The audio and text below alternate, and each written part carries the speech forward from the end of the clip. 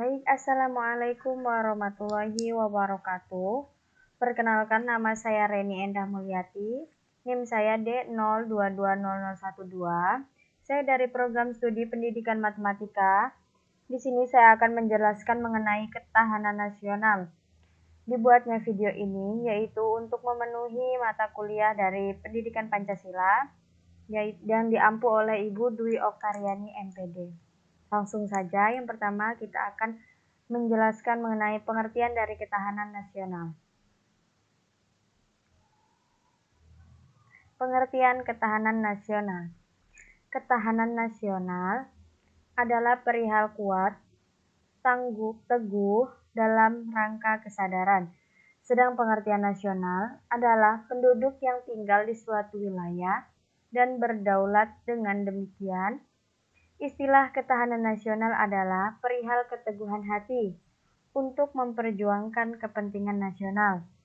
Pengertian ketahanan nasional dalam bahasa Inggris yang mendekati pengertian aslinya adalah national resiliency, yang mengandung pengertian dinamis dibandingkan pengertian resistensi dan enduransi. Ketahanan nasional merupakan kondisi dinamis suatu bangsa, berisi keuletan dan ketangguhan yang mengandung kemampuan untuk mengembangkan kekuatan nasional dalam menghadapi dan mengatasi segala macam ancaman, hambatan, serta gangguan, baik yang datang dari luar dan dalam, yang secara langsung dan tidak langsung membahayakan integritas, identitas, kelangsungan hidup bangsa dan negara serta perjuangan mengejar tujuan nasionalnya. Ya, selanjutnya yaitu metode Astagatra. Dalam usaha mencapai tujuan nasional serta menghadapi ATHG, sehingga diperlukan suatu ketahanan yang mengandung kemampuan mengembangkan kekuatan nasional yang didasarkan pokok-pokok pikiran. Ketahanan nasional pada hakikatnya merupakan konsepsi dalam pengaturan dan penyelenggaraan kesejahteraan dan keamanan dalam kehidupan nasional. Kehidupan nasional dapat dibagi dalam berbagai aspek sebagai berikut. Yang pertama, yaitu aspek nasional meliputi si kaya mampu. Si kaya mampu di sini maksudnya adalah singkatan, yaitu yang pertama posisi lokasi geografi, yang kedua yaitu keadaan dan kekayaan alam, yang ketiga kemampuan penduduk. Aspek alamiah terdiri dari 3 aspek, maka dikenal dengan istilah Trigatra. Yang kedua yaitu aspek sosial meliputi Ipolexosbud Hankam, yaitu ideologi, politik, sosial, budaya, dan Hankam, atau dikenal dengan istilah Pancagatra. Baik, yang selanjutnya yaitu aspek Trigatra. Di sini akan dijelaskan satu persatu. Yang pertama yaitu tadi posisi dan lokasi geografi negara. Secara geografis, wujud negara dapat berupa negara yang dikelilingi daratan, seperti Laos, Swiss, Afghanistan. Yang kedua ada negara daratan dengan sebagian perairan laut, seperti Irak dan Brunei Darussalam.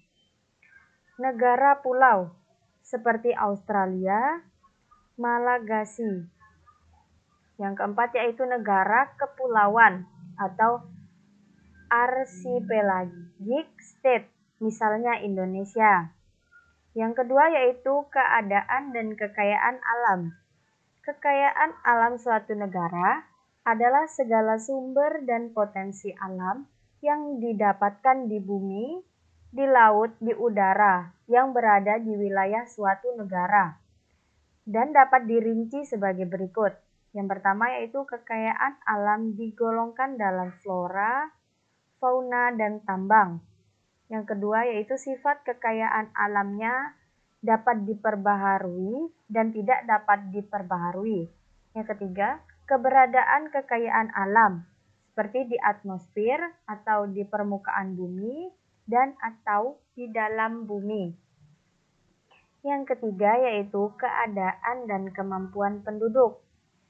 Penduduk adalah manusia yang mendiami suatu wilayah negara. Manusia adalah faktor penentu dalam melakukan suatu tindakan. Dengan demikian, manusia menentukan apa yang harus dilakukan untuk meningkatkan ketahanan nasional, dalam arti bahwa pengusahaan penyelenggaraan negara untuk kesejahteraan dan keamanan tergantung pada manusianya.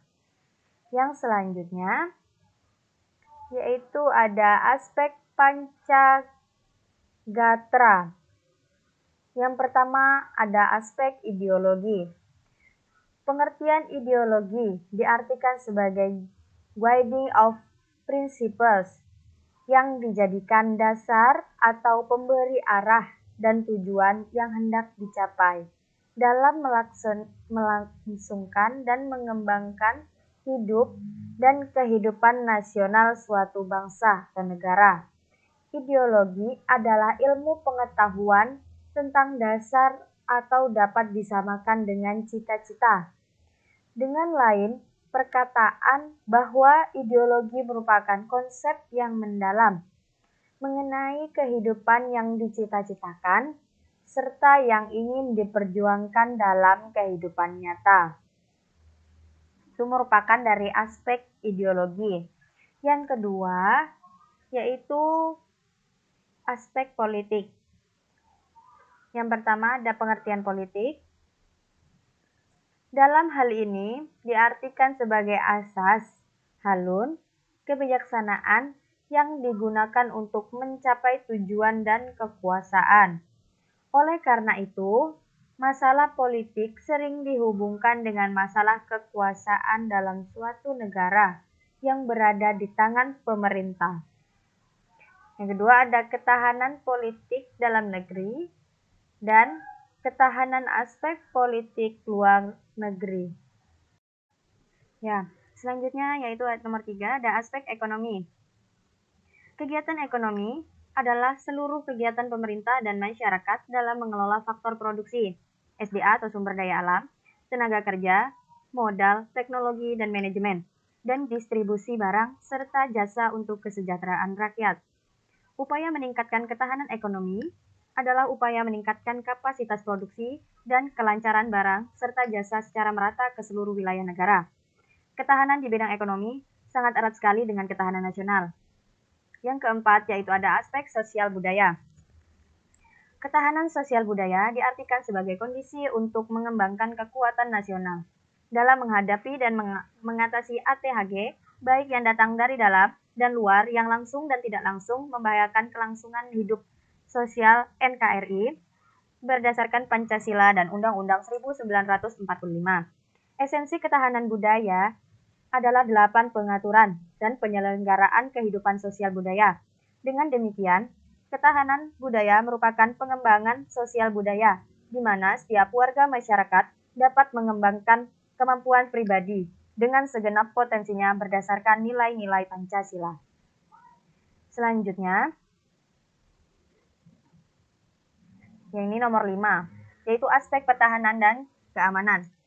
Pengertiannya, ketahanan, pertahanan, dan keamanan diartikan sebagai kondisi dinamik kehidupan pertahanan dan keamanan bangsa Indonesia, berisi keuletan dan ketangguhan yang mengandung kemampuan mengembangkan kekuatan nasional dalam menghadapi dan mengatasi ATHG yang datang dari luar dan dalam, yang langsung dan tidak langsung membahayakan integritas, identitas, dan kelangsungan hidup bangsa dan negara berdasarkan Pancasila dan Undang-Undang Dasar 1945.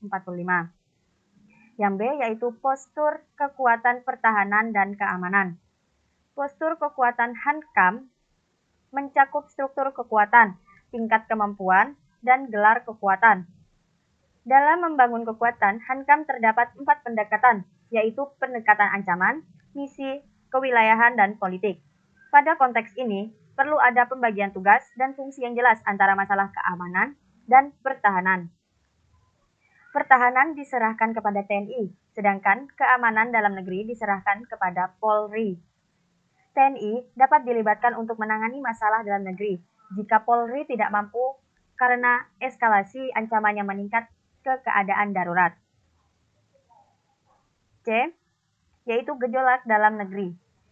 Dalam masa globalisasi saat ini, kondisi dalam negeri yang kacau dapat mengundang campur tangan asing. Intervensi pihak asing dapat berdalih untuk menegakkan nilai-nilai HAM, demokratisasi, penegakan hukum, dan lingkungan hidup, namun semuanya itu dilakukan untuk kepentingan mereka. Situasi kacau dapat terjadi jika unsur utama kekuatan hankam dan komponen bangsa tidak mampu mengatasi permasalahan dalam negeri. Oleh karena itu, perlu diwaspadai serangan antara kekuatan dalam negeri dan kemungkinan intervensi asing. Ya. Selanjutnya yaitu Kapita Selekta Keamanan dalam Negeri. Kebijakan politik untuk mengamankan wilayah perbatasan belum seperti diharapkan. Hal ini terbukti banyak masalah yang tidak terurus oleh Jakarta, sehingga diklaim oleh negara tetangga. Tahun-tahun ini, kita dirisaukan oleh berita tentang rapuhnya batas-batas wilayah NKRI. Setelah Pulau Pasir di wilayah timur diakui milik Australia dan kita menerimanya. Sipadan dan Ligitan diputuskan Mahkamah Internasional menjadi milik Malaysia.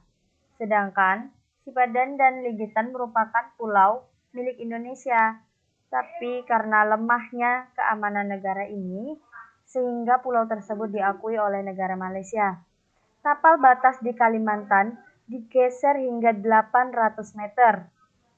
Pekerja pembuat mercusuar di Ambalat diintimidasi oleh polisi perairan Malaysia.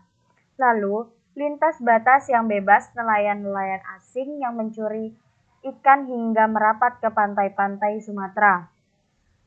Pulau-pulau Rando di Aceh dan Sekatung di Riau.